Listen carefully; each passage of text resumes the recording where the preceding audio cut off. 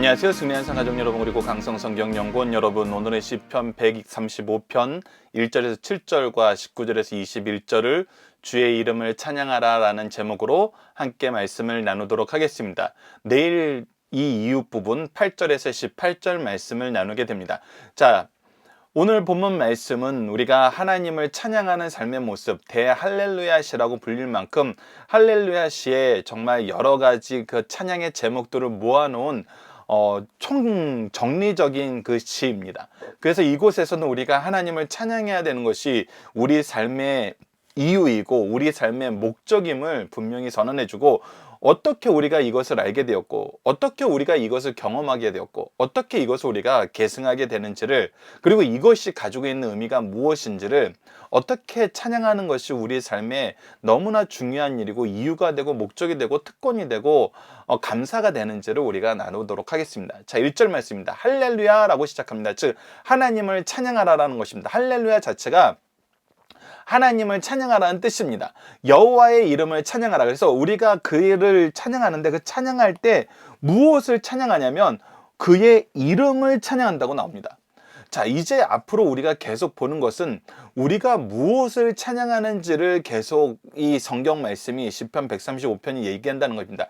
여호와의 이름이라는 것은 우리가 여러분들 이전에 우리가 여호와의 이름에 대해서, 구약에 나오는 여호와의 이름에 대해서 많은 정리를 한 것을 한번 나눈 적이 있습니다. 여호와 이레, 여호와 라파, 여호와 니시. 이것은 지금 우리가 무엇을 보게 되는 것입니까? 하나님께서 우리에게 무엇을 하셨다는 것입니다.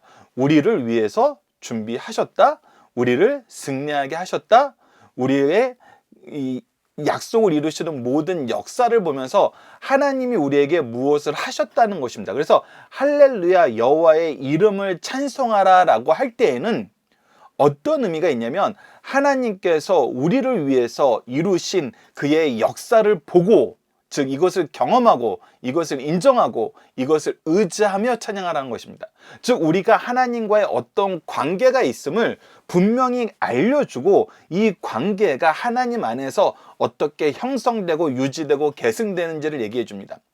그래서 그 찬양의 대상이 누구냐면 바로 1절에는 여호와의 종들이라고 나옵니다.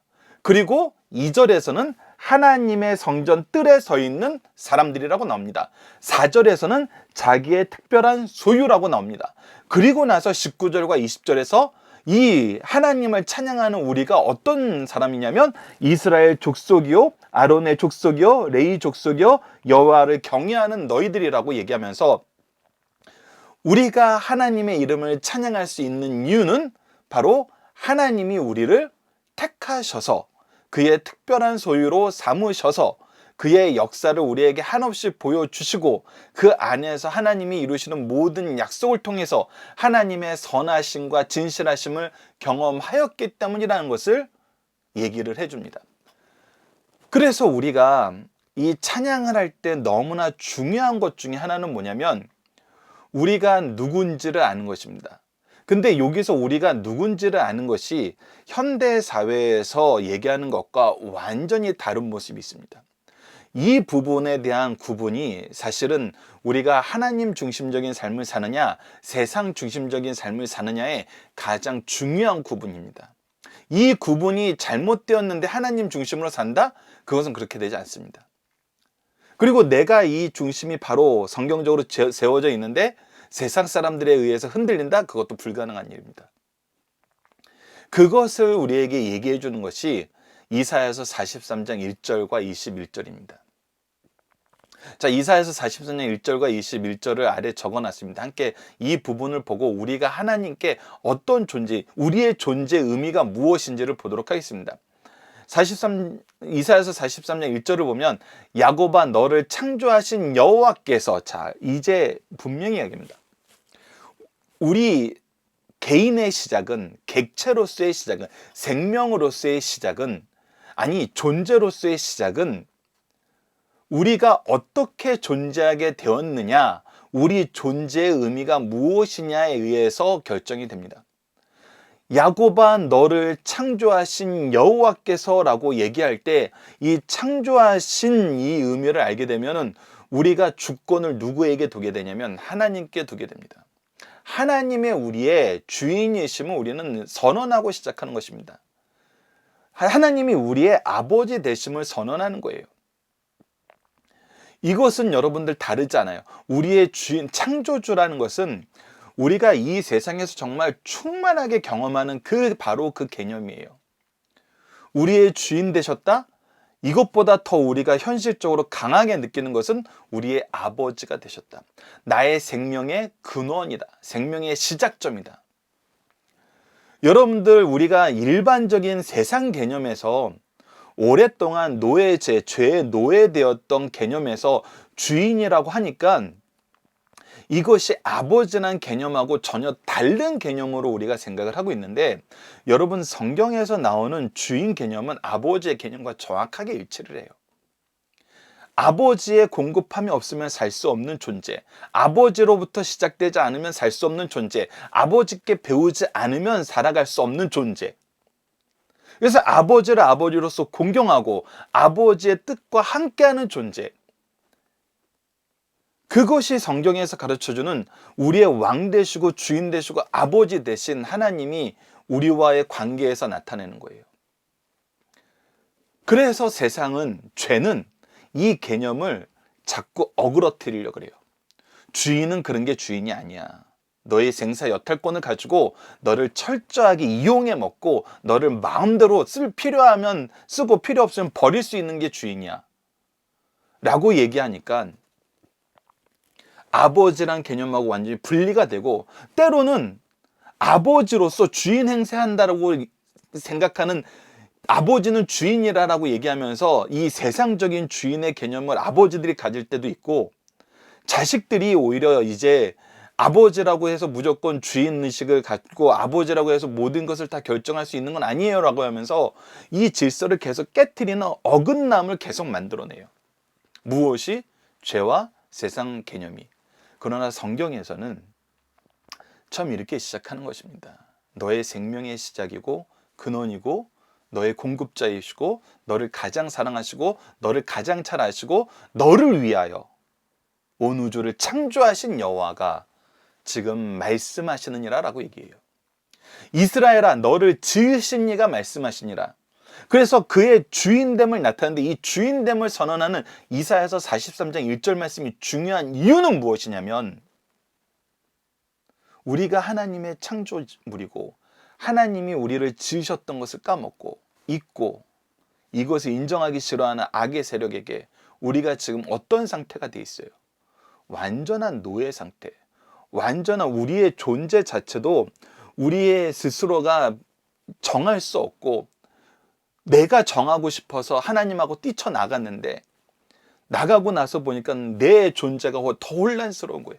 하나님 없이는 내 존재가 정의되지 않는데 하나님 없이 정의해 보려니까 완전히 엉망이 돼버린 거예요.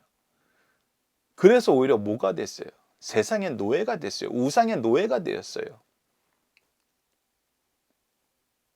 근데 그런 우리에게 너는 두려워 말라, 내가 너를 구속하였고, 너를 완전히 그 죽음에서, 그 어려움에서, 그 환난에서, 너의 방황에서 구속하였고 내가 너를 지명하여 불렀나니.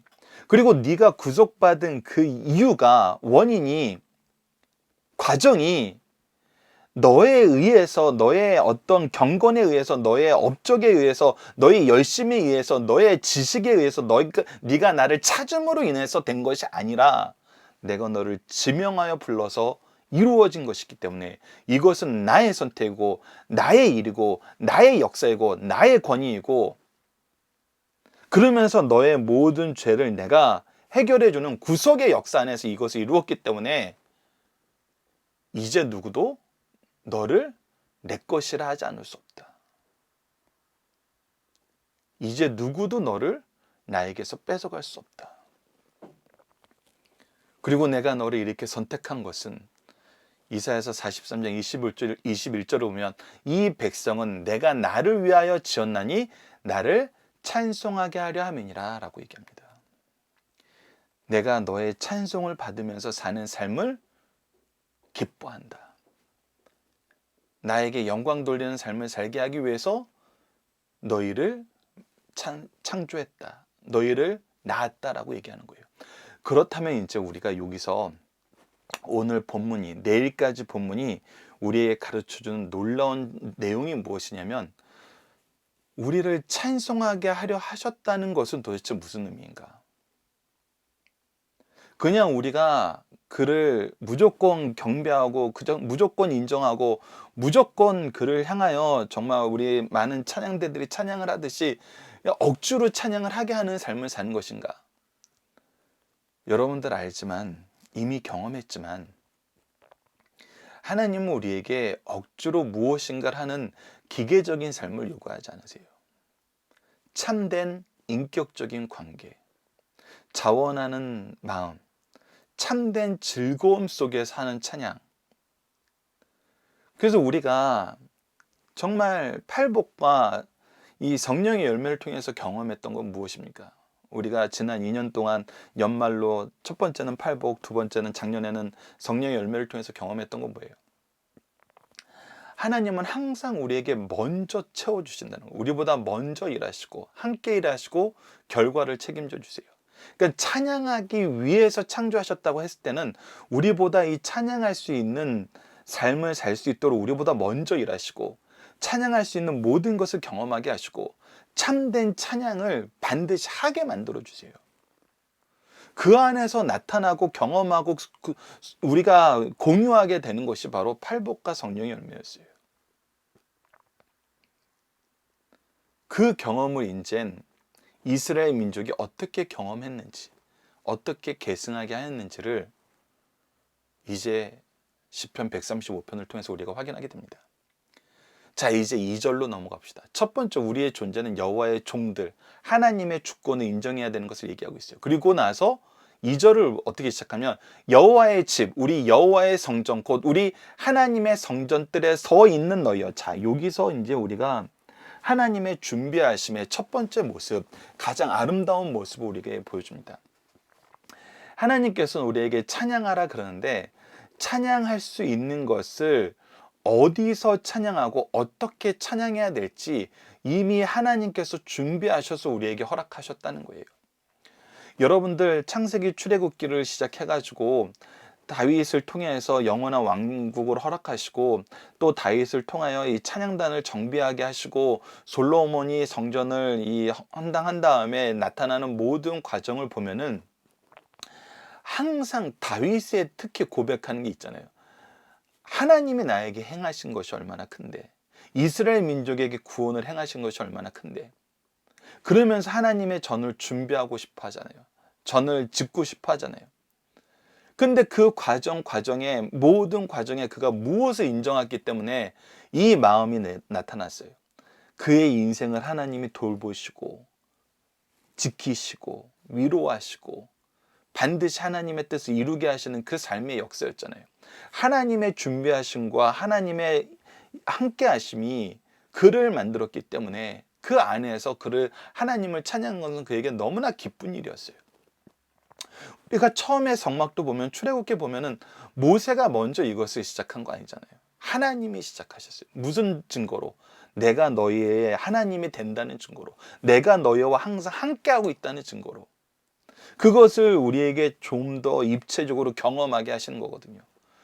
그리고 경험하게 한다는 것은 반드시 거기 안에 무엇가 있냐면 그 경험을 전하게 하는, 계승하게 하는 역사가 있었어요.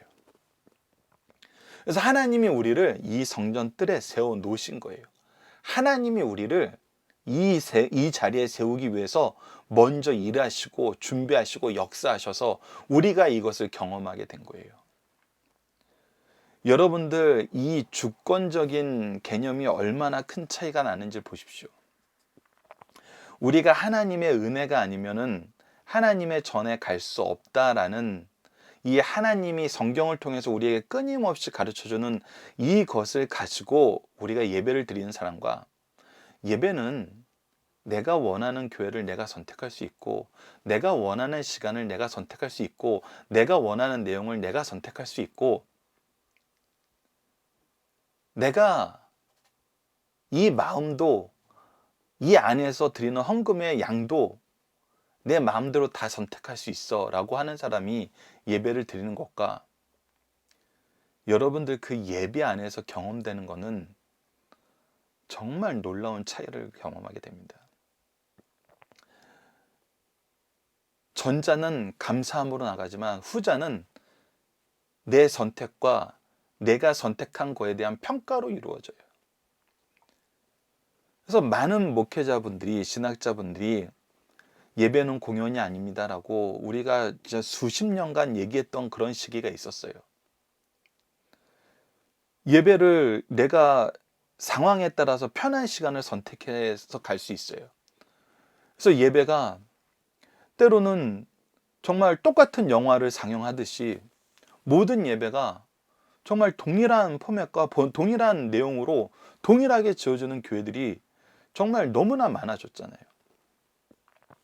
그것이 좋은지 안 좋은지는 저는 사실은 아직은 판단할 수가 없다고 봐요. 근데 그렇게 됐을 때 예배에 들이드시는 분들은 동일한 내용과 동일한 구성과 동일한 모든 것이 있으니까 정말 나는 영화 오전 조조 상영 볼 거야. 아니 나는 오후에 좀 일이 있으니까 오전에 일이 있으니까 오후에 볼 거야. 그 예배 시간을 내 임의대로 선택을 하는 거예요. 그것은 뭐가 되는 거예요? 내가 선택이 되는 거예요. 내가. 하나님의 부르심에 내가 가는 게 아니라 내가 선택한 거예요. 그거는 여러분들 완전히 달라요. 그래서 내가 선택한 거기 때문에 언제든지 내가 뭐 할 수 있어요? 내가 그만둘 수 있어요. 내가 선택을 하지 않을 자유도 권리도 다 가지고 있어요. 근데 여러분은 우리가 시편을 그동안 쭉 살펴봤지만 이스라엘 민족이 특히 다윗이 우리에게 나타내주고 하나님이 다윗을 통해서 여러 가지 특히 우리가 이번 달 시작하면서도 보게 되는 내용은 뭐예요? 하나님께 예배드리지 못하는 것은 괴로움이에요. 하나님의 징계예요. 우리에게 너무 힘든 일이에요.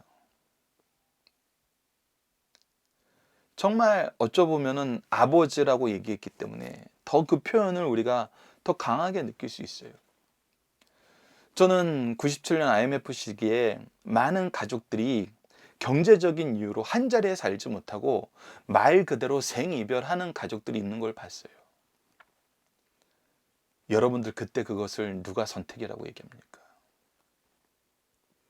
괴로움이고 슬픔이고 빨리 회복되기를 바라는 온 가족들의 소망이 있는 그런 사건이었어요. 그래서 2절 말씀에 대한 여러분들 개념이 굉장히 중요합니다. 이곳에 있게 하신 건 하나님의 은혜예요. 하나님의 역사예요. 우리는 그 안에서 아버지와 함께하게 됨을, 아버지의 자녀로 이 자리에 있게 됨을 감사하고 기뻐하는 삶을 살았어요. 이것을 우리가 못하게 됐다는 것은 우리가 선택할 수 있는 것이 아니에요. 어서 속히 회복되기를 간절히 바라야 되는 내용이에요. 계속해서 봅시다. 3절입니다. 여호와를 찬송하라. 그래서 계속 우리는 무엇을 해야 되느냐 했을 때 여러분 노란색은 우리가 해야 되는 바로 그거였잖아요. 할렐루야, 찬송하라, 찬송하라, 여호와를 찬송하라, 그의 이름을 찬양하라. 이것을 계속 우리에게 얘기하고 있어요. 근데 무엇을 찾냐면 여호와는 선하시며 그의 이름이 아름다우니. 다시 한번 얘기합니다.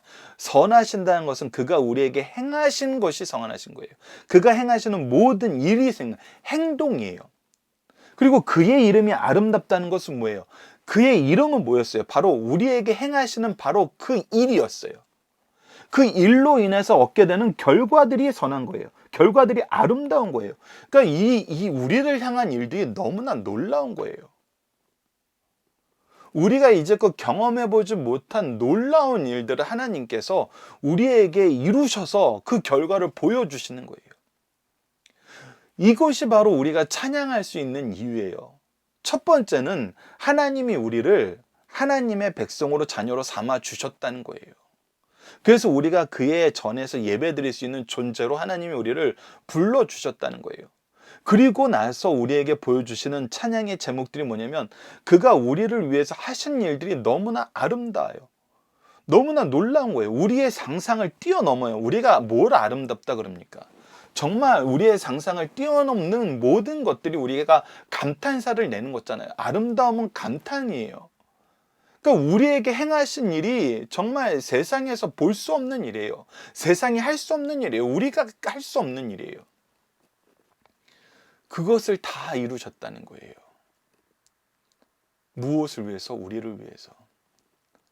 근데 이 우리를 위해서 이루셨는데 그건 도대체 우리가 뭐가 안 돼? 우리가 뭐가 안 돼? 우리가 이럴 자격이 있나? 오히려 이 자격 문제에 대해서 더 신경질 나고 더 화나는 사람들은 누구예요? 누가 이거에 대해서 가장 신경질을 낸 거예요? 사실 영적인 존재였던 천사들이 가장 신경질을 낸 거 아니에요. 그들이 바로 사탄의 근원, 사탄들이잖아요. 뭐가 이해가 안 되는 거예요. 왜 얘네들이 뭔데 이렇게 하나님께 이 아름다움을 선사받을 만한 존재가 되는가. 많은 세상 사람들이 정말 이런 부분에서 우리를 시기하고 질투하는 경우가 많잖아요. 쟤네들이 뭐가 잘났는데, 뭘 잘했는데, 자기네들 기준으로 볼 때는 정말 형편없는 애들인데 하나님이 도대체 쟤네들을 왜 축복하는 거야? 근데 그 대답을 4절에서 얘기하는 거예요. 이미 이사야서 43장에서 봤던 거지만 여호와께서 자기를 위하여, 철저하게 자기를 위하여 하나님의 뜻이라는 거예요. 나의 뜻이라는 거예요. 창조주의 뜻이라는 거예요. 야곱 곧 이스라엘을 자기의 특별한 소유로 뭐 하셨다? 택하셨다. 오늘 본문의 핵심입니다. 우리가 하나님을 찬양해야 될 가장 확실한 이유는 하나님이 우리를 택하셨다는 것입니다. 택하심이 있다는 거예요. 이걸로 이야기를 전부 끝내버리십니다. 사실 어떤 사람들에게 이야기를 끝내버려요. 우리가 자격이 있느냐, 우리가 얼마나 부족하냐, 우리가 얼마나 엉망이냐 얘기하는 사람들에게 이야기를 끝내버리십니다. 내가 택한 거다. 이것이 내가 기뻐하는 일이다. 너무 여러분들 아버지의 마음은 이 마음을 너무나 잘 경험하게 해요. 저도 아버지가 돼 보니까 정말 세상 사람들이 보기에는 아주 보잘것없고 별 의미가 없는 행동인데 제 아들이 그 어떤 내가 정말 기뻐하는 아주 작은 행동을 한 게 저한테 너무 기쁜 거예요. 근데 이것이 지금 무엇을 의미하냐면 그 기쁨이 만약에 내 아들이 아닌 다른 사람이 했던 거라면 저에게 기뻤을까요? 그렇게 기쁘진 않았을 거예요. 근데 내 아들이기 때문에, 내 아들이 한 것이기 때문에 너무 기쁜 거예요. 그래서 이 기쁨의 주체가 뭐냐면 내 아들됨이 그 기쁨의 주체가 있어요. 하나님이 우리를 보고 기뻐하시는 그 모든 기뻐하심의 가장 핵심은 우리를 아들 삼아 주신 그 사건 안에서 모든 것이 지금 확장돼서 우리에게 나타나고 있는 거거든요. 그래서 하나님이 우리를 사랑하신 이유를, 우리를 택하신 이유를 우리에게 두지 않고 당신에게 두셨어요. 그래서 이것을 시비 걸 사람이 없는 거예요. 객관적으로 보면 당신 아들이 뭐가 잘났는데, 뭘 잘했는데 이렇게 얘기할 수 있는데 여러분들 누가 그 얘기를 합니까? 내가 내 아들을 사랑하고 내 아들이 하는 일이 기쁜 것을 객관적으로 보셔야 됩니다 이렇게 얘기하는 사람이 있어요? 없잖아요. 여러분 이걸 보고도 하나님이 세우신 창조의 질서가 이해가 안 됩니까? 하나님은 우리의 가정 안에서 하나님의 마음을 끊임없이 이해하게 만드세요. 그래서 그 근거가 나예요. 하나님이세요. 특별한 소유로 우리를 선택하셨다는 거예요. 그래서 이 택하심이 무너지지 않아요. 물려지지 않아요.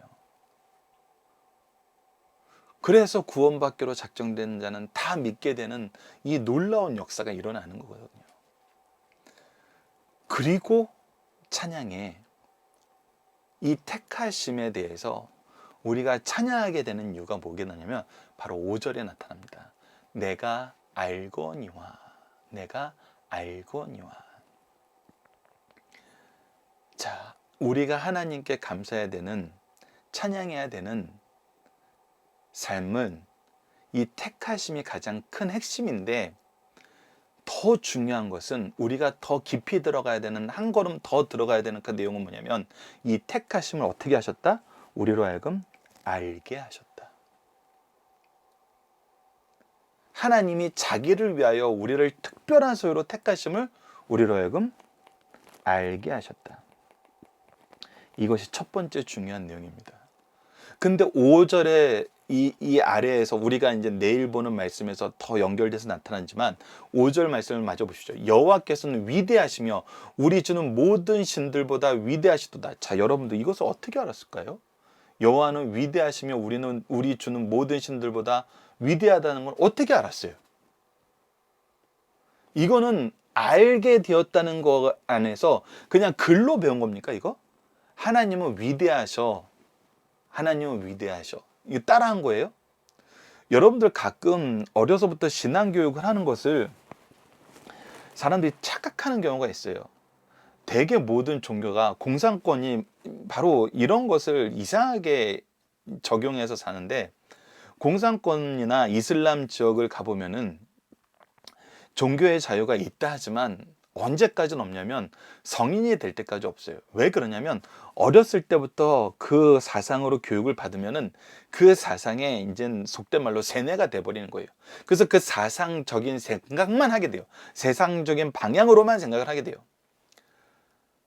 이거를 공산권에서 그렇게 이용하니까 우리가 어린아이들의 신앙교육이 중요하다 하니까 이것을 그렇게 해석하는 사람이 있어요. 이거 어려서부터 애들 세뇌시키는 거 아니야? 세뇌시키는 거 아니야? 이렇게 얘기하는 사람도 있어요. 여러분들 근데 오늘 본 말씀 내일까지 연결돼서 보시면 그게 아닌 게 분명한 게, 우리가 여호와를 찬양하라, 저도 구호를 그렇게 했어요. 할렐루야 하면은 애들이 여호와를 찬양하라, 여호와를 찬양하라 하면 할렐루야 이렇게 반응을 하고, 뭐 일어날 때 앉을 때 이렇게 구호를 쓰고, 항상 이 교회 들어오면은 벽면에 써 있는 표를 태초에 하나님이 천지를 창조하 이라, 그리고 예수님이 내 죄를 위해 십자가를 지셨다, 그리고 요한복음 3장 16절로 시작해가지고 성부, 성자, 성령, 그리고 찬양기도, 성경, 이 부분에 대한 말씀을 한 바퀴 쭉 돌면서 계속 읽고 암송하게 하거든요. 그게 이제 잘못 이해하는 게, 그게 이제 세뇌시킨다고 생각을 해요. 근데 세뇌시키는 건 어떤 거냐면, 여호와께서는 위대하시며 우리 주는 모든 신들보다 위대하시다, 이것을 무조건 암기시키는 거예요. 그리고 무조건 어떤 일이 있어도 무조건 이걸 암기시키고 이것으로 세뇌시켜서 이거 외에는 딴 걸 못 보게 만드는 거예요. 그러니까 여호와가 도대체 뭐가 위대하신지를 얘기해 보라면 얘기 못하게 만드는 거예요. 다른 신들보다 위대하시다는 건 도대체 뭘로 증명할 건데 할 때, 증명은 할 수 없는데 무조건 그래, 이렇게 얘기하는 것을 우리가 세뇌한다 그래요. 근데 여러분들 앞서 여러 번 얘기했지만 칼빈은 이것을 뭐라 그랬냐면 맹신이라 그랬어요. 맹신은 뭐라 그랬냐면 영적 나태라 그랬어요. 성경은 맹신, 영적 나태, 세뇌 이런 걸 제일 싫어해요. 왜? 이런 사람들 항상 문제 일으키거든요. 이런 사람들이 항상 타락하거든요. 이런 사람들이 헛된 것을 쫓아다니거든요. 그래서 성경은 어떻게 하냐면 알게 된 것을 경험하게 해요. 그래서 그의 이름이 아름다운 거예요. 그가 이 모든 것을 경험하게 하시거든요. 그 경험하게 하는 첫 번째가 뭐였냐면 6절로 7절이에요.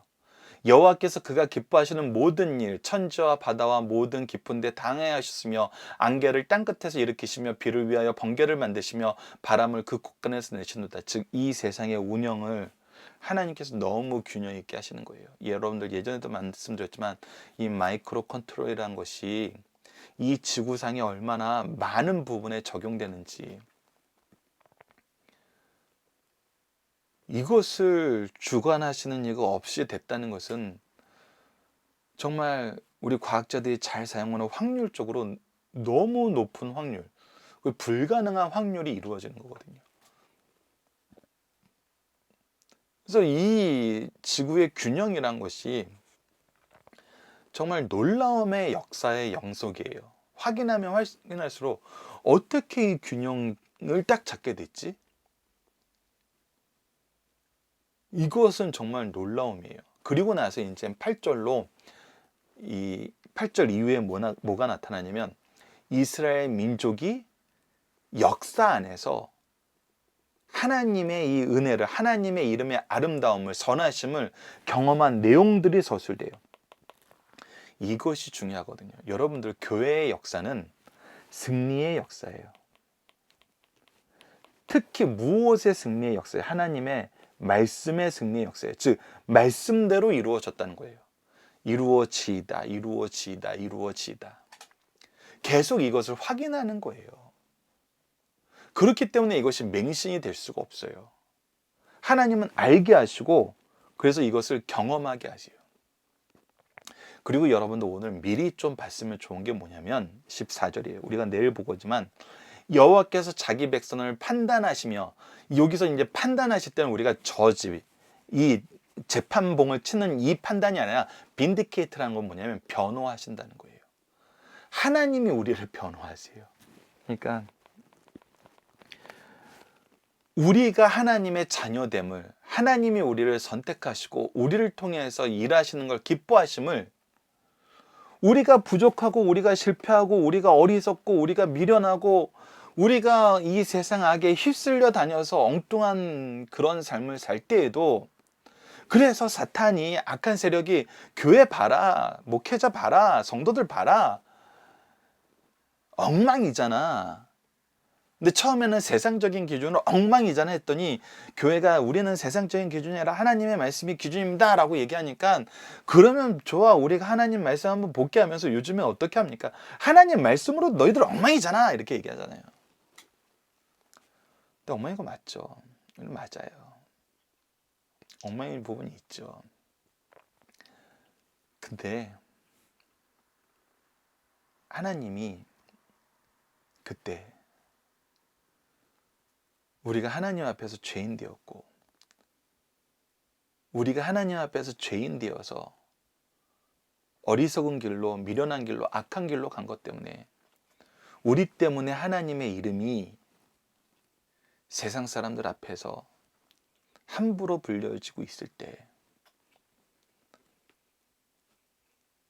하나님이 우리를 어떻게 하시냐면 우리의 변호인이 되어주시는 거예요. 그것을 우리에게 보여주신 분이 누굽니까? 바로 예수 그리스도시잖아요. 우리의 변호인이 되어주시는 거예요. 그리고 구속을 이루시는 거예요. 우리 대신 죄값을 치러주시는 거예요. 그러면서 뭐라고 나요? 우리가 내일 나누는 말씀이 그의 종들로 말미암아 위로를 받으시리로다. 위로를 받으신다는 건 뭐예요?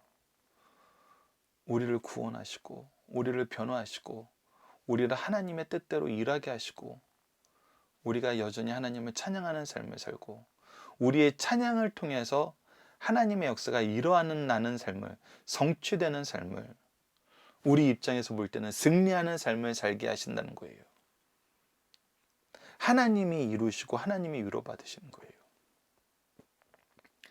그래서 오늘 19절로 21절 말씀이 우리에게 선언되는 것입니다. 여러분들, 이것은 왔다 갔다 하는 이 계승의 역사를, 계승의 역사를 보여주는데 이스라엘 족속을 선택하시고 여호와를 송축하라 그랬어요. 그리고 아론의 족속은 뭐예요?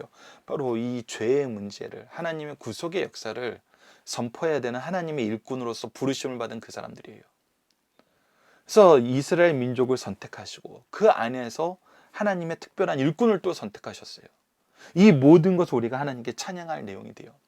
그리고 이 선택받은 족속을 통해서, 레위 족속을 통해서 하나님이 영광 받으시고, 이 레위 족속이 하던 것이 뭐예요? 바로 여호와를 경외하는 사람들을 가르치고 계승시키는 거예요. 배우고 가르치는 일에 가장 앞장섰던 사람들이 바로 레위 족속이에요.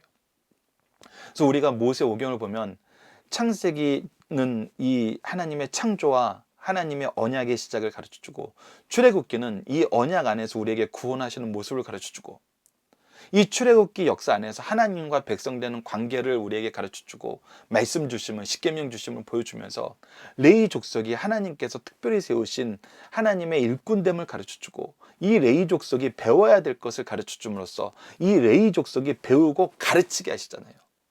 그리고 나서 민수기를 보면은 여러 족속의 이야기를 하면서 꼭 레위 족속을 그들 사이에 삽입시키세요. 그건 뭐냐면 하나님께서 이 레위 족속을 통해서 하나님의 말씀, 하나님의 뜻, 하나님을 섬기는 것, 하나님의 이루시는 모든 구속의 역사를 가르치게 하는 그런 관계를 어떻게 형성시켜 주는지 보여주시는 거예요. 그러니까 우리 민족을 하나님께서 사랑하시고 우리 민족에게 하나님의 일꾼들을 보내셔서 교회를 세우게 하시고, 교회에서 많은 일꾼들을 세우시고, 이 일꾼들을 통해서 또 하나님의 말씀을 계승하게 하시고, 이 계승한 것이 어디로 가게 하세요? 여호와를 경외하는 사람들로 가게 하세요. 확장 계승된다는 거예요. 정말 이것을 우리 대한민국 국민들처럼 짧은 시간 동안 압축적으로 느낀 나라가 어디 있었어요? 동방의 예루살렘이라 보낼 만한 그런 이름을 얻었고, 하나님의 역사하심이 정말 교회를 통해서 세상으로 얼마나 확장됐는지를 너무나 잘 보여주는 나라예요. 이스라엘 민족이 수천 년간 경험한 거를 우리는 100여 년 안에 압축적으로 경험하게 하셨어요. 엄청난 축복을 받은 나라죠. 그러니까 우리보다 정말 이 시편 135편이 잘 적용되는 민족은 정말 찾아보기 힘들지 않을까요? 여호와를 송축하라라는 이 안에서 하나님이 우리를 택하셨고, 이 택하심을 알게 하시고 경험하게 하시고 또 변론하시면서 계승하게 하시는 역사를 우리는 보고 있어요. 그리고 지금 어찌 보면 하나님이 다시 우리를 변호하시는 시기세요. 이 시기가 지나가면 오늘 우리 본문 말씀 19절에서 21절처럼 우리를 통해 이루시고자 하나님의 은혜의 역사가 다시 회복되고, 이 찬양이 이 나라에, 우리나라를 통해서 온 세상에 다시 선포되는 시간을 우리가 기대하게 되잖아요. 21절을 봅시다. 예루살렘에 계신 여호와는 시온에서 찬송을 받을지어다. 할렐루야. 여러분들, 지난 한 해 동안 대한민국에 있는 교회들이 그동안은 아주 다양한 사회적인 것과 내적인 것, 정말 5만 가지에 다 참견을 했어요. 교회가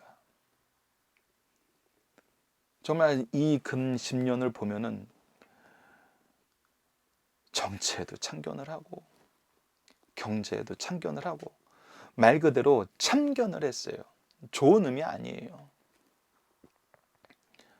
근데 작년 한 해를 지나면서 저는 너무나 감사한 것이, 한국 교회가 지금 가장 많이 기도하고 힘을 모아서 하나된 마음으로 나가는 모습은 뭐예요? 물론 이것이 표출되는 방향은 다양해요. 방식은 다양해요. 근데 하나 되는 건 뭐예요? 하나님 21절 허락해 주십시오. 예루살렘에 계시는 여호와. 예루살렘은 어디입니까? 하나님께서 계시는 도성이에요. 시온은 어디예요? 바로 하나님이 통치하시고 임재하시기로 약속하신 성전을 얘기를 해요. 그래서 예루살렘과 시온은 지금의 교회예요. 하나님 인생 교회에서 하나님이 우리에게 약속하셔서 서게 하신 이곳에서 우리를 위해서 마련해 주신 이곳에서, 우리하고 함께 하시겠다고 약속해 주신 이곳에서 우리가 다시 찬송하는 그날을 어서 빨리 회복하도록 인도해 주십시오. 이 날을 주소서. 이 날을.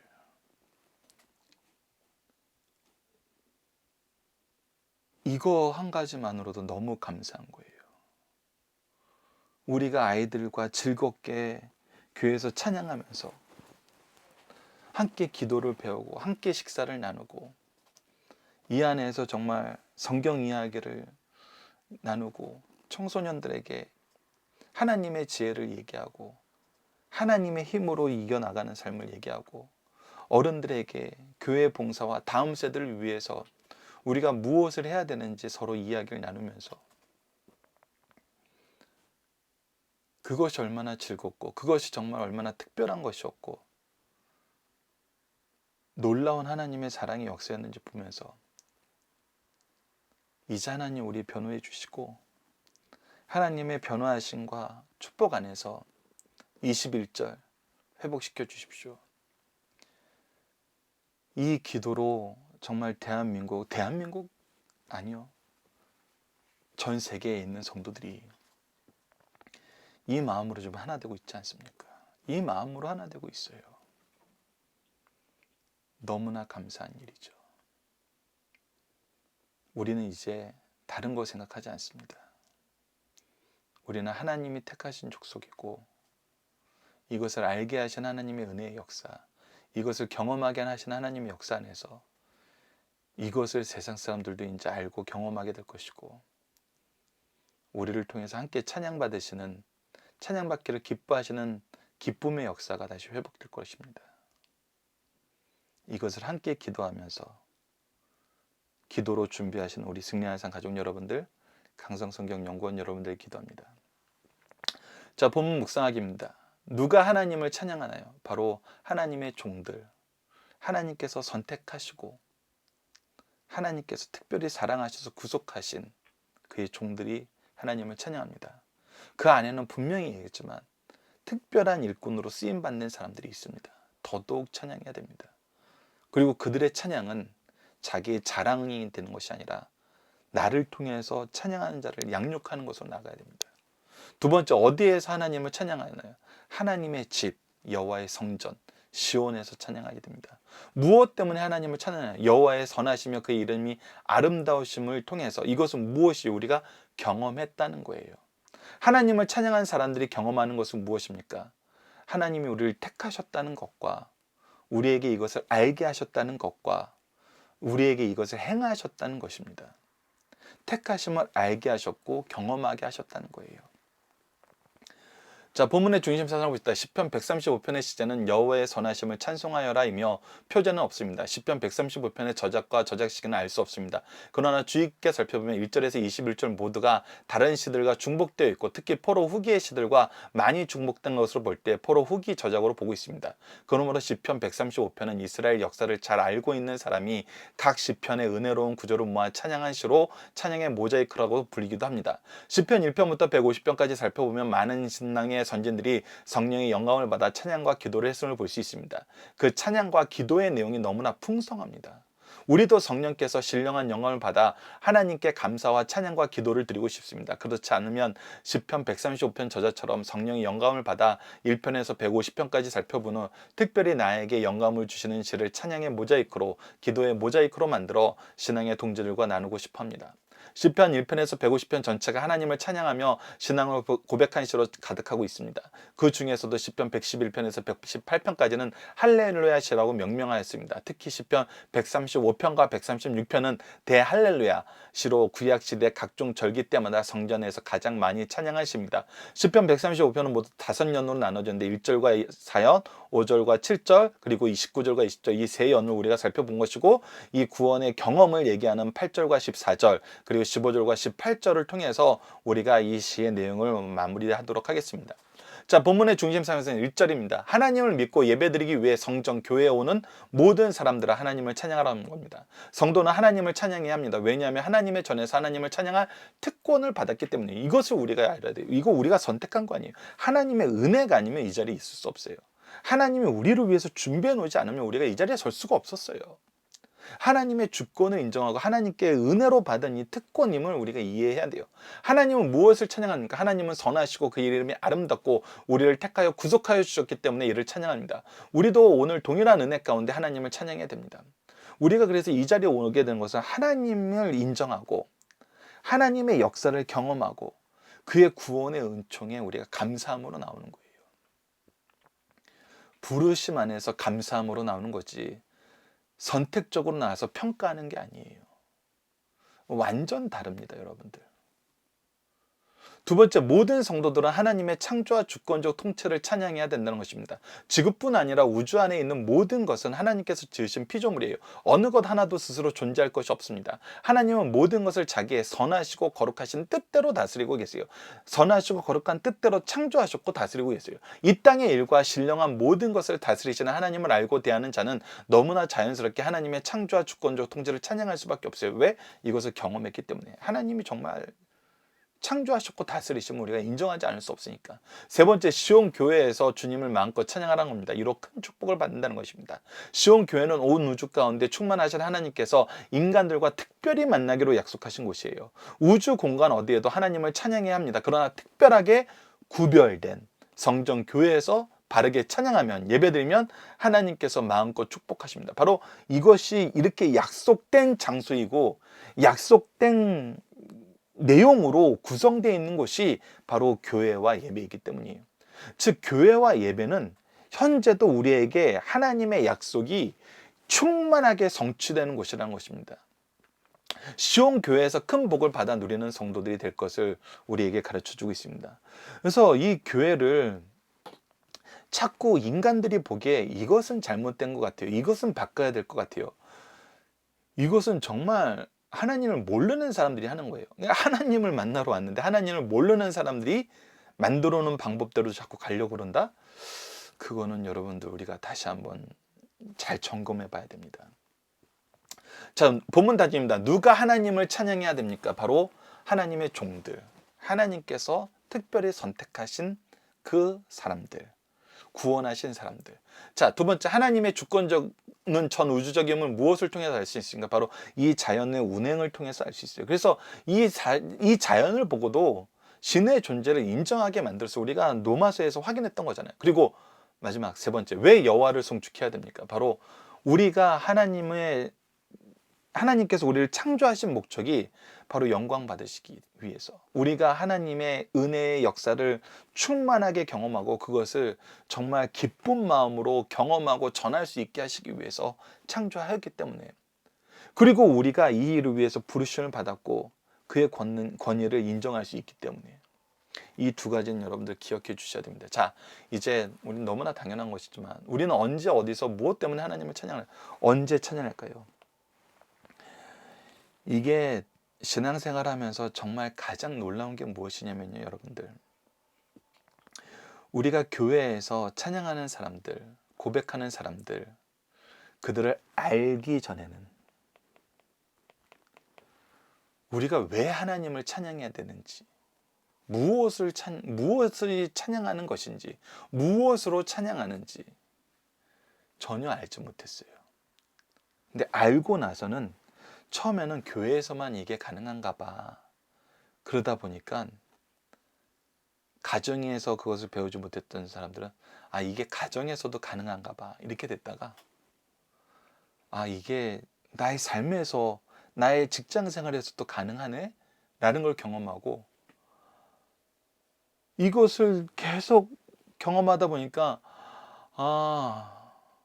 우리의 온 생애가 하나님을 향한 찬양으로 가득 차게 되네라는 걸 경험하게 돼요. 왜? 우리를 향한 그의 선하심과 그의 인자하심과 그의 구원의 역사가 단 한순간도 우리와 떨어져 본 적이 없다는 걸 경험하기 때문에.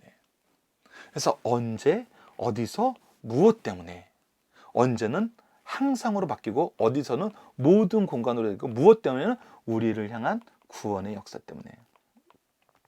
우리를 향한 하나님의 모든 일이 구원의 역사였어요. 모든 움직임과 모든 행동과 모든 생각이 우리가 찬양하기에 합당한 일들을 행하고 계시거든요. 그리고 이 찬양이 참되고 합당한 오늘은 어떻게 증거할 수 있나요? 여러분들 다시 한번 돌아갑니다. 그래서 이것은 오늘 본문 말씀에서 우리를 택하심, 우리가 하나님 것임을, 하나님은 몰래 우리만 주머니에 넣고 우리에게 귓속말 하시는 게 아니에요. 어떻게 하세요? 온 세상에 알게 하세요. 어떻게 알게 하셨어요? 우리가 내일 본문에서 볼 거지만 출애굽과 광야의 삶에서 알게 하셨어요. 하나님이 조용히 불러내셨어요? 몰래 도망쳐 나오게 하셨어요? 아니잖아요. 선언하셨어요. 증명하셨어요. 인정하게 만드셨어요. 그래서 우리가 하나님을 찬양하는 삶을 통해서 우리가 하나님의 소유된 백성임을 세상에 알게 되고, 쟤네들이 정말 저 부모님 밑에서 크니까 이렇게 삶을 사는구나. 우리 세상에서 얼마나 자주 이거 인정해요. 손흥민을 봐도 손흥민 아버지가 이런 사람이니까 손흥민이 이렇게 성장할 수 있구나. 물론 그것은 둘 다를 찬양하는 거지만 우리의 존재는 하나님의 공급하신 거, 하나님의 인도하신 거, 하나님의 역사 안에서는 아무것도 할 수 없는 존재이고, 세상 사람들에게 정말 짓밟히는 존재였고, 무시당하는 존재였고, 오히려 악해지지 않으면, 악으로 살지 않으면 살 수 없는 것이 세상이라고 얘기하는데, 우리가 살잖아요. 그냥 살아요? 승리하면서 살잖아요. 이 승리를 어떻게 경험해요? 그들이 하나님을 알게 되고 믿게 되고 의지하게 되잖아요.